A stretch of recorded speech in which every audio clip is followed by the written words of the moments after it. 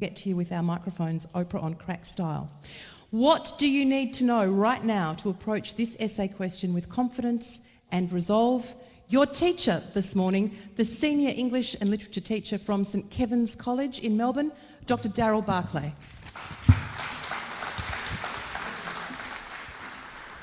Thank you, Libby. I think, firstly, students should consider that they have three personalities in the exam, and David hinted at this earlier on.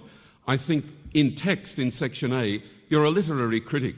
You need to know your text, you need to know the ideas in it, and you need to form views on it. And then in Section B, you're a writer. As David said, your performance piece. And in Section C, I call you a forensic linguist. You go to a crime scene, which is the passage in front of you, and you look for clues, and you put all of that together in a seamless way. In this phase before the exam, with only 11 days, I think there are still very constructive things you can do. And I break them into three areas. Firstly, you work on your knowledge of the text. So you continue to reread key passages, and you should know what they are by now, or to review if it's a film, and to learn short quotes. Massive quotes that are just used for padding in essays are pretty worthless. And to make sure that those ideas are starting to form in your head on the basis of your knowledge of the text. Quotes are very important as evidence. Secondly, interpretation of the text. These big ideas you would have discussed in class, I'm sure, and you would have written already in practice essays. How do you keep developing them? I think there are a couple of ways. One is through good articles, good scholarly articles.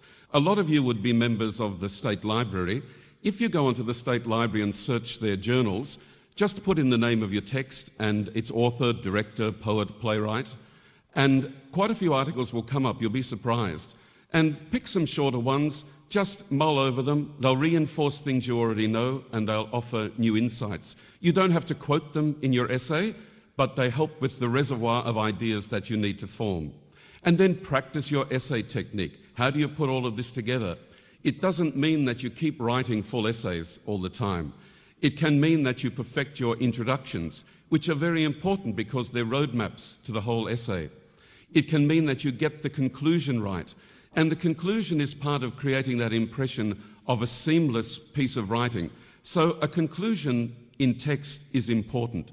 And then what happens in your body paragraphs? How do you work the cycle of announcing an idea through a topic sentence, elaborating on that through intelligent discussion, and then proving it with quotes at the bingo moment, just where you need them?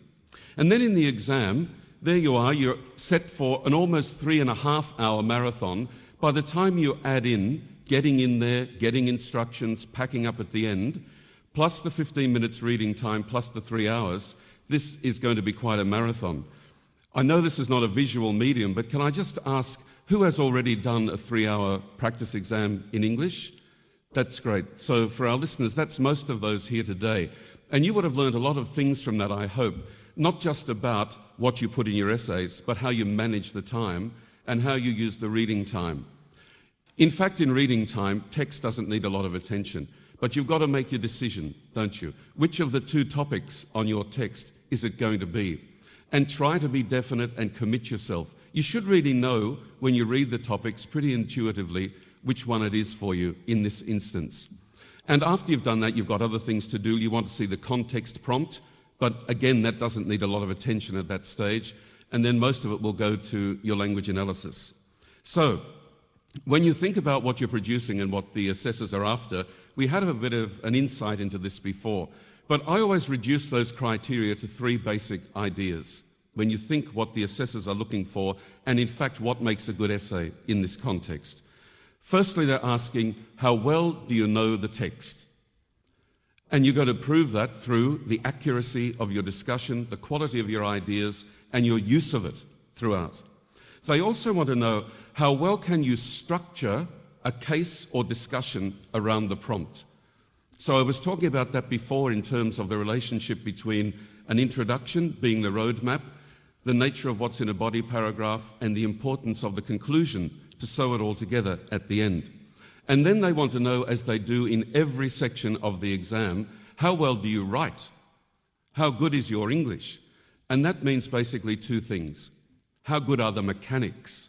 So spelling, punctuation, grammar. And whilst they're not going to be finicky, they want to see how all of that adds up to create meaning and translate your ideas. The stronger your command of language, the clearer your ideas will be. So the other thing then is style. Is it the right register of language? Do you sound like a formal academic person? Do you sound like some of these very good articles you'll read on the text? That's most important. And so, take a dictionary for two reasons. Firstly, there may be a word in the exam whose meaning you don't know, especially in the language analysis passage. And secondly, you may want to check spelling.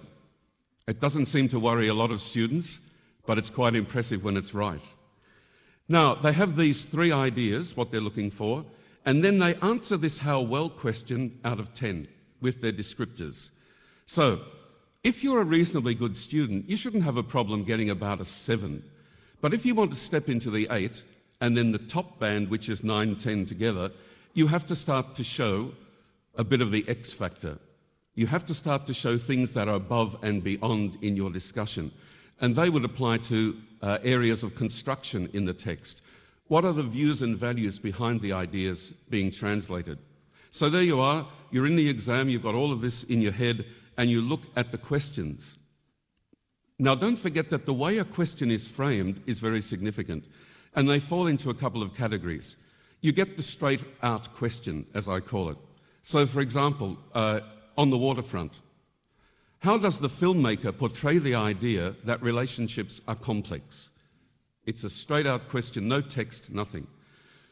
Then you get the one that has a text quote at the start, and it asks you to discuss or do you agree? If there is a question with a text quote at the start, for example, let me give you a Christmas Carol one, quote, "It was always said of him that he knew how to keep Christmas well if any man alive possessed the knowledge," unquote. And then the question is, how does Scrooge acquire this knowledge?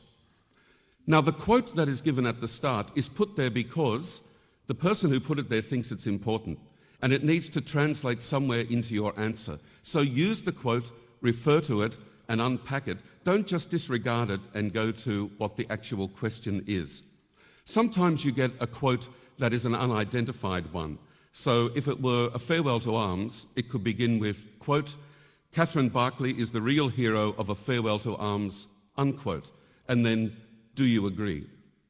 So the basic distinction there, the "do you agree" asks you for a more vigorous case, and it's best to take a side. And I want to remind you of this. In text, there are no right or wrong answers. There are only strong or weak cases. So you're welcome to take a position if you can support it from the text. The assessors don't have a criterion that says correct answer or correct interpretation. It's not part of it. Form a case, create it intelligently, sustain it with textual evidence. So the discuss ones ask you to be a little bit broader in what you consider and to represent views other than the one perhaps that you would be most favourable towards. So when you have the question, presumably with the experience that you've had through the year, you'll have a sense of what it's asking you. And when it's a how question, it's going to tie in with the authorial technique and agenda. How does the writer do something means not what is in the text first, but what's going on in the mind of the writer and through the writer's technique. So, lastly, if you've got about an hour per task, theoretically, it's up to you how you determine that, spend some time at the start with the prompt and interrogate it. Ask it questions so that helps you to form a structure around the answer. There's a big risk for the students who go in with the pre-planned answer, and unfortunately there are some who do that. It's very transparent to the assessor immediately that this is not answering the question. And that's that middle criterion. How well can you structure a case or an argument around the text? Well, not at all, if it's totally unrelated to the one that you say you're trying to answer. So, the interrogation of the prompt, give it time at the start. In the hour, if you take out 5 minutes at the start to make sure you understand it, you can answer it and you have a structure, that's invaluable. It's much better than getting halfway through and saying, I don't know what to do next. I haven't got a plan. And then finally, at the end, take a few minutes to read over it and check it, especially first sentence, first paragraph. The last thing you want is a clanger in the first sentence or paragraph that puts the assessor off. Because, as David said before, the marking is very globalized, and how a marker feels psychologically towards your text is determined by a whole lot of things, but you can put them right off at the start by messing it up. So, bearing all of that in mind, I wish you good luck. I think text is great. I hope you like your text. It's important to like your text, even love your text when you go in, and make sure that comes through in your answer. I have a question. Yes, Libby. How many quotes should you be looking at using in an answer? I'm sure teachers all over the state give different advice. I've got basic rules, but they're just mine. I think, and bear in mind there are two types of quote. There's what I call an incidental quote, which could be one word that you use as you go along a sentence. And there are evidential quotes, the ones that deliver the punch at the end. So in a body paragraph, if you don't have 2 or 3 really solid evidential quotes, I think it's going to be thin on. And you should be using the incidental ones all the time to show that you're in touch with the language of the text. So in the end, it's got to be somewhere 20, 25 upwards, I'd say, bearing in mind that some of them are one word. Like adjectives. Yes, like the word rotten, for example, which applies in A Farewell to Arms. It's the word to describe the war. So when you mention the war, throw that one in passing. So when you put all those together, they translate as good knowledge of text. Thank you so much. Dr Daryl Barclay from St Kevin's College, round of applause. A most comprehensive guide to Section A. And David hinted at this earlier on. I think in text, in Section A, you're a literary critic.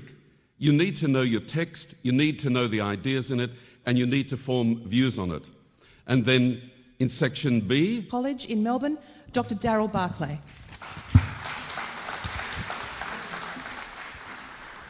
Thank you, Libby. I think, firstly, students should consider that they have 3 personalities in the exam. And get to you with our microphones, Oprah on crack style. What do you need to know right now to approach this essay question with confidence and resolve? Your teacher this morning, the senior English and literature teacher from St Kevin's. You're a writer. As David said, your performance piece. And in Section C, I call you a forensic linguist. You go to a crime scene, which is the passage in front of you, and you look for clues, and you put all of that together in a seamless way. In this phase before the exam, with only 11 days, I think there are still very constructive things you can do. And I break them into 3 areas.